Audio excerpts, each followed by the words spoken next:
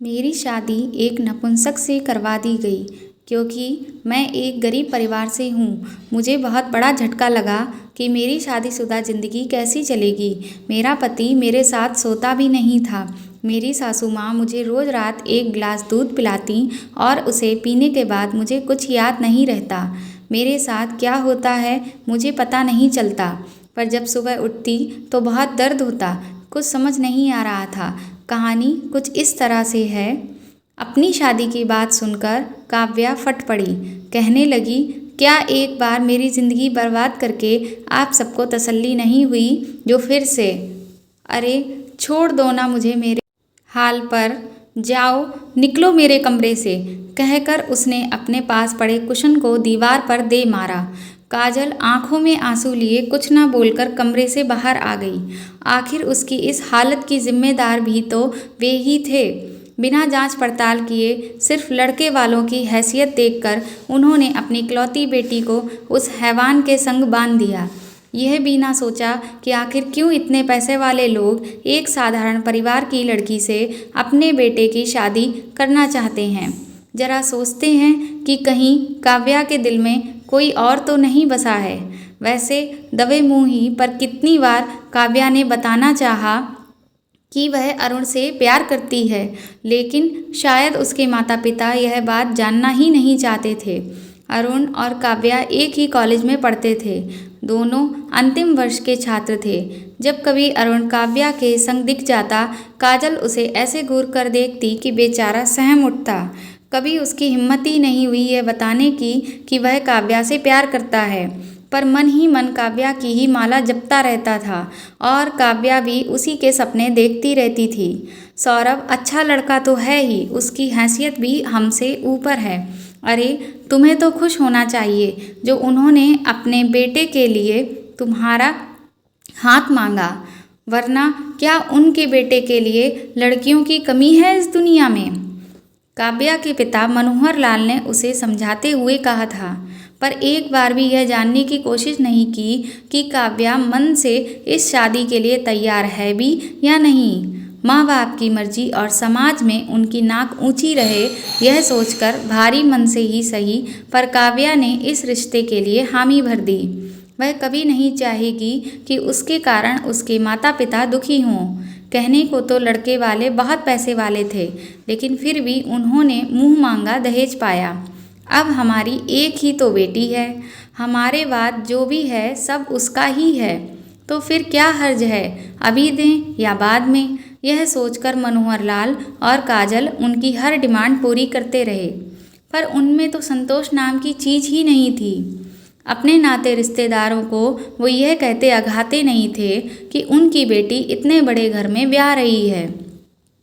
लोग भी सुनकर कहते कि भाई मनोहर लाल ने तो इतने बड़े घर में अपनी बेटी का ब्याह कर गंगा नहा ली। दिल पर पत्थर रख काव्या भी अपने प्यार को भुलाकर ससुराल चल पड़ी। विदाई के वक्त उसने देखा एक कोने में खड़ा अरुण अपने आंसू पोंछ रहा था। ससुराल पहुंचने पर नववधू का बहुत स्वागत हुआ। छुई मुई सी घूंघट काढ़े हुए दुल्हन की तरह वह भी अपने पति का इंतजार कर रही थी। वह आया तो काव्या का दिल धड़का और फिर संभला भी, लेकिन सोचिए जरा क्या बीती होगी उस लड़की पर जिसकी सुहाग रात पर उसका पति यह बोले कि वह उसके साथ संबंध बनाने में सक्षम नहीं है और वह इस बात के लिए उसे माफ़ कर दे। सुनकर धक्क रह गया काव्या का कलेजा। आखिर क्या बीती होगी उसके दिल पर जब उसे यह पता चला कि उसका पति नामर्द है और धोखे में रखकर उसने उससे ब्याह लिया। पर क्यों जानबूझकर उसके साथ ऐसा किया गया? क्यों उसके परिवार को धोखे में रखा गया? ये सवाल जब उसने अपने पति से पूछे तो कोई जवाब न देकर वह कमरे से बाहर चला गया। काव्या की पूरी रात सिसकते ही बीती। उसकी सुहाग रात एक काली रात बनकर रह गई। सुबह नहा धोकर उसने अपने बड़ों को प्रणाम किया और जो भी बाकी बची रस्में थीं उन्हें निभाया। उसने सोचा कि रात वाली बात वह अपनी सास को बताए और पूछे कि क्यों उसके जीवन के साथ खिलवाड़ किया गया, लेकिन उसकी जबान ही नहीं खुली यह कहने को। कुछ समझ नहीं आ रहा था उसे कि करे तो करे क्या। क्योंकि रिसेप्शन पर भी सब लोगों के सामने सौरभ उसके साथ ऐसे बिहेव कर रहा था जैसे उनकी सुहागरात बहुत मज़ेदार रही। हंस हंस कर वह अपने दोस्तों को कुछ बता रहा था और वे चटकारे ले लेकर सुन रहे थे। काव्या समझ गई कि शायद उसके घर वालों को सौरभ के बारे में कुछ पता ना हो, उन सबको भी उसने धोखे में रखा हुआ होगा। पग फेरे पर जब मनोहर लाल उसे लिवाने आए और पूछने पर कि वह अपनी ससुराल में खुश है, काव्या खून का घूंट पीकर रह गई। फिर उसने वही जवाब दिया जिससे मनोहर लाल और काजल को तसल्ली हो। एक अच्छे पति की तरह सौरभ उसे उसके मायके से लिवाने भी आ गया। पूरे सम्मान के साथ उसने अपने सास ससुर के पांव छुए और कहा कि वे काव्या की बिल्कुल चिंता ना करें, क्योंकि अब वह उनकी जिम्मेदारी है। धन्य हो गए थे मनोहर लाल और काजल संस्कारी दामाद पाकर। लेकिन उन्हें क्या पता था कि सच्चाई क्या है। वह तो बस काव्या ही जानती थी और अंदर ही अंदर जल रही थी। काव्या को अपनी ससुराल आए हफ्ते से ऊपर का समय हो चुका था, पर इतने दिनों में एक बार भी सौरभ ना तो उसके करीब आया और ना ही प्यार के दो बोल बोले। हैरान थी वह कि आखिर उसके साथ हो क्या रहा है और वह चुप क्यों है। बता क्यों नहीं देती सबको कि सौरभ ने उसके साथ धोखा किया है, लेकिन किससे कहे और क्या कहे, ये सोचकर वह चुप हो जाती। सासू माँ का नेचर काव्या को बहुत अच्छा लग रहा था। उसकी सास बहुत सेवा करती थी बहू की और बोलती कि जल्दी से काव्या खुशखबरी दे दो। काव्या को जरा सा भी शक नहीं था कि उसकी सास ये नहीं मालूम कि उसका बेटा नपुंसक है। काव्या कई बार बताने की कोशिश करती पर अपनी सास को बता नहीं पाती। काव्या की सास रोज उसे एक गिलास दूध का देती और कहती, दूध पियो सब ठीक हो जाएगा। काव्या वो दूध रोज पीकर सो जाती और उसके बाद उसकी आंख सीधे सुबह ही खुलती। पर वो यह सोचने लगती कि रात जो कपड़े पहनकर वह सोती है वो सुबह तक बॉडी में अजीब तरह से लिपटे होते और उसको एक अजीब सा दर्द महसूस होता और चलने में बहुत दिक्कत होती। आखिर उसके साथ क्या हो रहा था, कुछ समझ में नहीं आ रहा था। काव्या को लगा रात को ऐसे ही सोने से हो जाता होगा और औरतों को कोई ना कोई बीमारी रहती है, हो सकता है उसी की वजह से नीचे दर्द हो रहा हो। इस तरह से एक महीना निकल गया। काव्या को शक हुआ कि कहीं दूध में कुछ मिलाकर तो नहीं दिया जाता। ये पता लगाने के लिए एक रात जब काव्या ने दूध नहीं पिया, सासू माँ से दूध लेकर अपने साइड में रख लिया और बिना पिए सोने का नाटक करने लगी। करीब 10 बजे उसके कमरे की लाइट बंद हो जाती है और कोई उसके कमरे में आता है। काव्या को लगा उसका पति होगा जो झूठ बोला कि वो नपुंसक है। अंदर से काव्या को कुछ पता नहीं चलता। हर रोज़ की तरह काव्या के बिस्तर पर लेटकर उसके कपड़े निकालने की कोशिश करने लगा। काव्या को अच्छा लग रहा था कि उसका पति सौरभ भले ही उसे प्यार ना करता हो, पर रात में दूध पीने के बाद बिस्तर पर आता तो है। कपड़े निकालते समय काव्या ने खांसी की आवाज़ सुनी। उसे कुछ शंका हुई। काव्या ने जाकर लाइट ऑन की तो देखा उसका ससुर उसके बिस्तर पर बिना कपड़ों के लेटा हुआ था और काव्या को घूर रहा है जैसे तुरंत उसको नोचकर खा जाएगा। आप यहाँ मेरे कमरे में क्या कर रहे हैं पिताजी, कहकर वह अपने कपड़े ठीक करने लगी।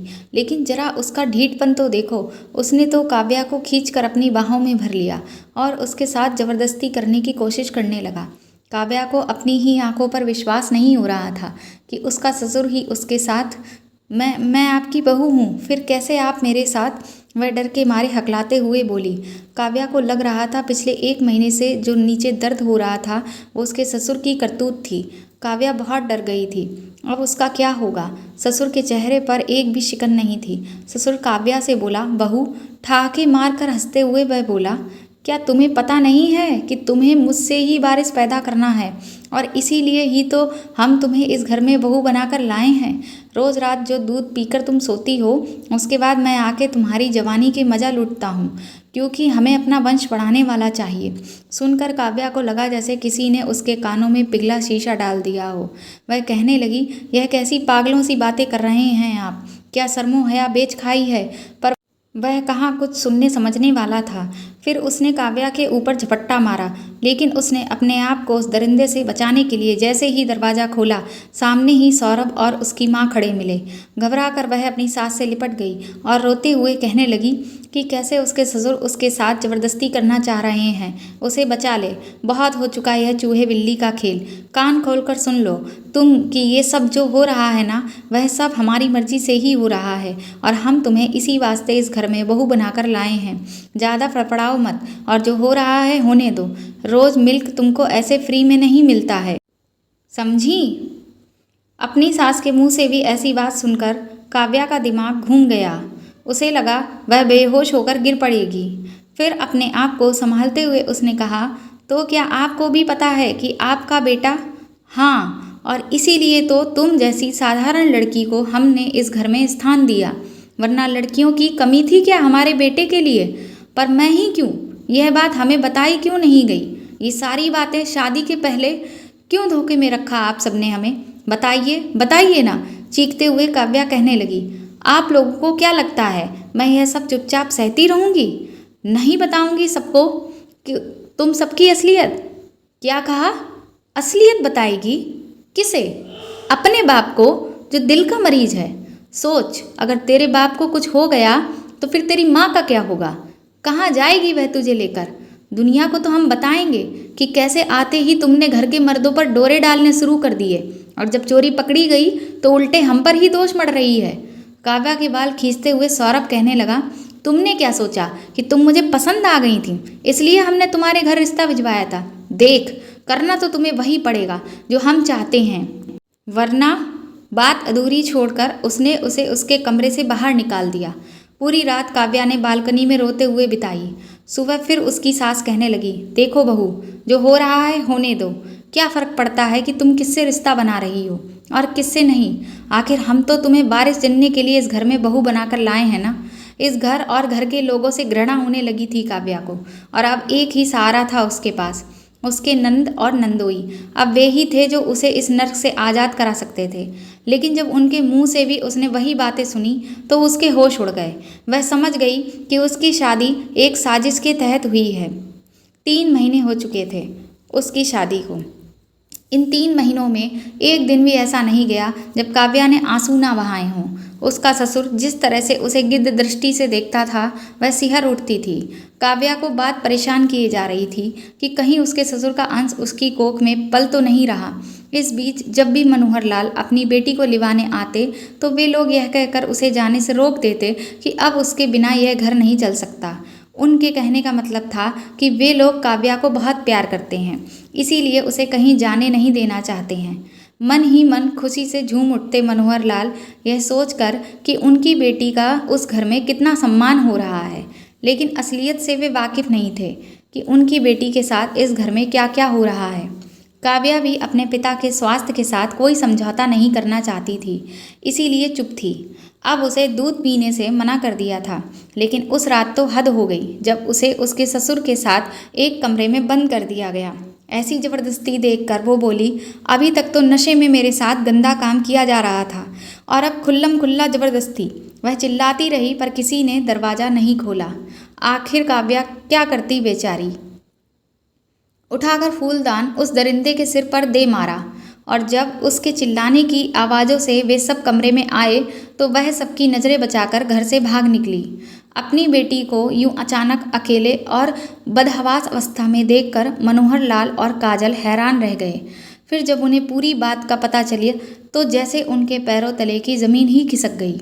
आनन फानन में वे अपनी बेटी के ससुराल पहुंच गए, और जब उन्होंने उनसे अपनी बेटी के जुल्मों का हिसाब मांगा और कहा कि क्यों उन्होंने उन्हें धोखे में रखा, तो वे उल्टा कहने लगे कि ऐसी कोई बात नहीं है, उन्होंने ही अपनी पगली बेटी को उनके बेटे के पल्ले बांध दिया।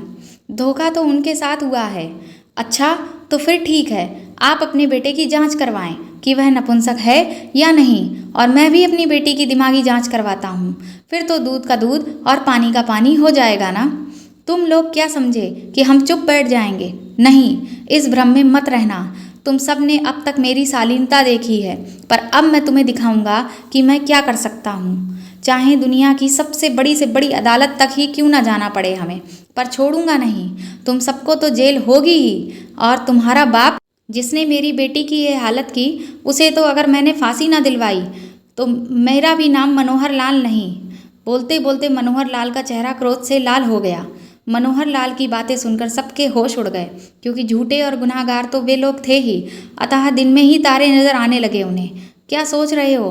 रोको उसे। अगर वह पुलिस में चला गया तो हम में से कोई नहीं बचेगा, और मुझे फांसी पर नहीं झूलना। अपना पसीना पोंछते हुए सौरभ के पिता ने कहा।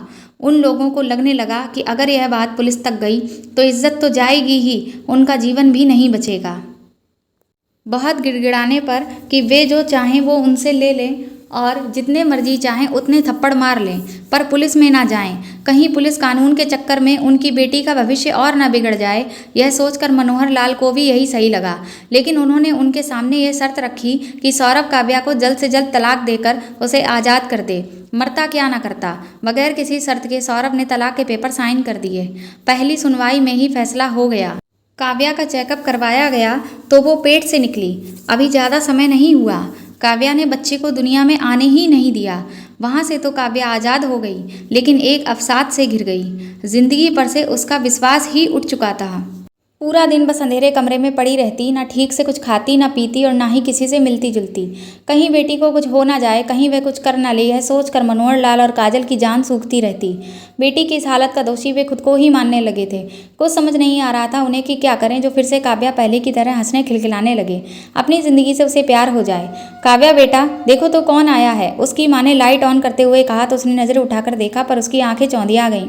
हमेशा अंधेरे में रहने और एकाएक लाइट आंखों पर पड़ने के कारण उसे सही से कुछ नहीं दिख रहा था, पर जब उसने गौर से देखा तो देखती रह गई। अरुण हौले से उसके मुंह से निकला। काजल और मनोहर लाल जानते थे कि कभी काव्या और अरुण एक दूसरे से प्यार करते थे, पर कह नहीं पाए। शायद उन्हें बोलने का मौका ही नहीं दिया और खुद ही वे उसकी ज़िंदगी का फैसला कर बैठे। लेकिन अब अरुण ही उनकी बेटी के होंठों पर मुस्कान बिखेर सकता था। वही है जो ज़िंदगी भर काव्या का साथ निभा सकता है। यह सोचकर उन्होंने अरुण को उसके सामने लाकर खड़ा कर दिया। बहुत सकुचाहट के बाद अरुण ने पूछा, कैसी हो काव्या? मगर उसने कोई जवाब नहीं दिया। लगता है मुझे भूल गई। अरे मैं अरुण हूँ अरुण, अब याद आया? उसने उसे हंसाने के इरादे से कहा, पर फिर भी उसने कोई जवाब नहीं दिया। धीरे धीरे अरुण उसे पुरानी बातें, कॉलेज के दिनों की याद दिलाने लगा। कहने लगा कि कैसे वे दोनों सबकी नज़रें बचाकर रोज़ मिलते थे, कैसे कैंटीन में बैठकर कॉफ़ी पीते थे। अरुण उसे उसके दुख भरे अतीत से बाहर लाने की कोशिश कर रहा था, पर काव्या थी कि बस शून्य में ही देखे जा रही थी। काव्या की ऐसी हालत देखकर अरुण की आंखों में भी आंसू आ गए। कहने लगा, आखिर तुम्हारी क्या गलती है काव्या, जो तुमने अपने आप को इस काल कोठरी में बंद कर रखा है? ऐसा करके क्यों तुम खुद को सजा दे रही हो? क्या अंधेरे में बैठने से तुम्हारी समस्या हल हो जाएगी, या जिसने तुम्हारे साथ गलत किया उसे सजा मिल जाएगी? बोलो तो मैं क्या करूं अरुण, क्या करूं मैंने तो वही किया ना जो मेरे मम्मी पापा ने चाहा, फिर क्या मिला मुझे? अपने आंसू पोंछते हुए काव्या कहने लगी। उसकी बातें सुनकर काजल भी फपक फपक कर रोने लगी। काव्या का हाथ अपनी दोनों हथेलियों में दबाकर अरुण कहने लगा, ठीक है, कभी कभी हमसे गलतियां हो जाती हैं, लेकिन इसका मतलब यह तो नहीं कि हम उन्हीं गलतियों को लेकर अपने जीवन को नर्क बनाते रहें। ज़िंदगी हमसे यही चाहती है कि हम अपने उजाले खुद तय करें और उन पर यकीन रखें। Just believe and win. अवसाद और तनाव के अंधेरे को हटाकर जीवन को खुशियों के उजाले से भरना कोई कठिन काम नहीं है, बशर्ते हम में बीती बातों को भूलने की क्षमता हो। काव्या, एक डर आ गया है तुम्हारे अंदर, उस डर को तुम्हें बाहर निकालना होगा। क्या तुम्हें अपने माता पिता की फिक्र नहीं है कि उन पर क्या बीतती होगी तुम्हारी ऐसी हालत देखकर? अरे उन्होंने तो तुम्हारा भला ही चाहा था ना आखिर। अपने लिए, अपने माता पिता के लिए तुम्हें इस गंधाते अंधेरे से निकलना ही होगा काव्या। अरुण की बातों का कुछ कुछ असर होने लगा था काव्या पर। कहने लगी, हम अपनी खुशियाँ, अपनी पहचान, अपना सम्मान दूसरों से मांगने लगते हैं। ऐसा क्यों होता है अरुण? क्योंकि हमें अपनी शक्ति का एहसास नहीं होता। अपनी आंखें खोलकर देखो गौर से, तुम्हारे सामने तुम्हारी मंजिल है। अरुण की बातों से उसने नज़र उठाकर देखने पर मजबूर कर दिया, जैसे वह कह रहा हो कि काव्या, आज भी मैं उसी राह पर खड़ा तुम्हारा इंतज़ार कर रहा हूँ जहाँ तुम मुझे छोड़कर चली गई थी। बस तुम्हारी हाँ की देर है काव्या, फिर देखो कैसे मैं तुम्हारी ज़िंदगी खुशियों से भर दूंगा। काव्या बोली, अरुण, ये सब पता होते हुए कि मेरे साथ क्या हुआ और मैं वर्जिन भी नहीं हूँ, क्या तुम मुझे अपना बना पाओगे? अरुण बोला कि तुमने जानबूझकर तो ऐसा नहीं किया, जो हुआ इस्तेमाल बुरे सपनों की तरह भूल जाओ और आ जाओ मेरी ज़िंदगी में। जब काव्या ने ऐसी बात सुनी तो अरुण के सीने से लग काव्या बिलक बिलक कर रो पड़ी, जैसे सालों का गुबार निकल रहा हो उसकी आंखों से बहकर। अरुण ने भी उसे रोने दिया ताकि उसके सारे दुख दर्द उन आंसुओं के सहारे बाहर निकल जाएं और वह अपने डरावने अतीत से बाहर निकल सके। बाहर खड़े मनोहर लाल और काजल की आंखों से भी अविरल आंसू बहे जा रहे थे, पर आज ये खुशी के आंसू थे।